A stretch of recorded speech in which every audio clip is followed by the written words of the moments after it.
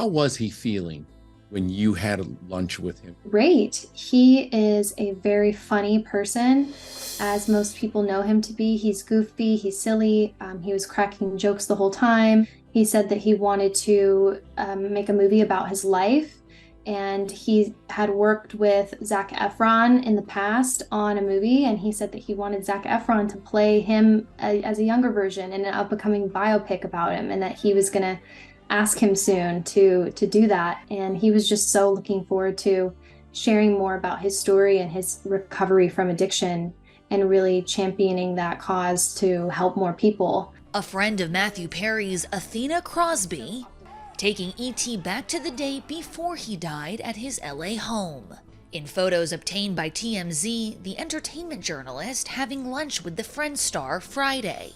She says Matthew was excited about his next chapter. He was speaking to me about some of the up-and-coming projects that he wanted to work on. He was very optimistic about the future, and we were talking about how there's been a public resurgence of interest in him lately, and how he was hoping to utilize that to have a second act in his career. And he was doing extremely, extremely well. Where were you when you heard about his passing, and how shocking was it to you because you had just been with him? I was absolutely shocked and devastated. I remember thinking that this can't be real. And sorry. Man. It's just really insane the way that this has all happened. I was in the car driving, and I had to pull over because I just kind of froze. That was also one of his last meals. What was that day like? So he was cognizant of his health, and he wasn't eating much. He wanted to split a burger. He took all the condiments off of his burger, and he asked me if I could split a burger with him, and I said yes, but I want all the condiments, so they're gonna have to bring that on the side for me. So he just ate a plain cheeseburger with fries. He only took a couple bites. He was just really excited to talk. He was completely typical and normal. How did you meet Matthew? Because, I mean, he's a pretty big star. Well, I'm definitely not a big star. I'm used to kind of being on the other side of this, and interviewed and met many celebrities before in my time. I did meet Matt through a personal friend. I am not able to say who it is just because that's their, I guess, privilege to do that. But yeah, we just met through a mutual friend, and I am somebody who's always looking to meet more interesting people. I think he was looking to meet other creative people, like-minded people like him who would support him in his endeavors. I had not known him for very long before we went to lunch. So like I said, I think it's just very strange coincidence, but that was kind of our acquaintanceship. I was definitely not trying to talk about this. I am an entertainment industry professional myself, and I know that celebrities are very private people who prefer to have their lives separate from the, fans. And I've met many in my lifetime, and Matthew happened to be one that I knew personally.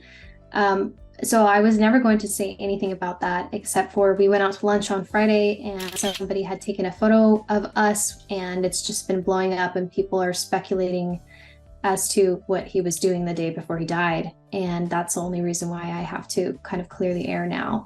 You posted a showing where Matthew signed his memoir for you, and he said, #1 bestseller for my #1 girl. What did he mean by that? I'm so happy to have a copy of his memoir. I encourage everybody to go and check it out.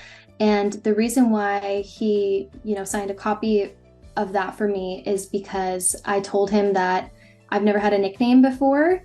And he, being the loving and nice person that he is, decided to give me a nickname and write it in the book.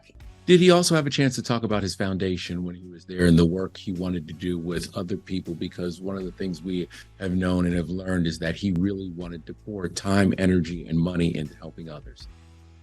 He absolutely wanted to use his fame and notoriety to help others. But Maddie, he liked to go by Maddie. That's what he said. He said, please don't call me Matt, call me Maddie. He knew he was one of the most famous faces in the world, and he knew the legions of fans of the show Friends or from his other movies and TV shows would want to hear what he had to say. And I think it was really brave of him to come out and speak about his addiction, because he knew that people would listen to him, and he had a microphone and a platform to talk about it. So I commend him for wanting to use his voice for a greater good. You shared a beautiful message about his life and who he was. If you could say one more thing to Matthew, what would you tell Maddie? I would tell Maddie that I am so proud of him and that he is so brave, and that he didn't deserve this. He just didn't deserve it. And there are so many people who are such huge fans of him that are devastated by his passing, and he just went way too soon.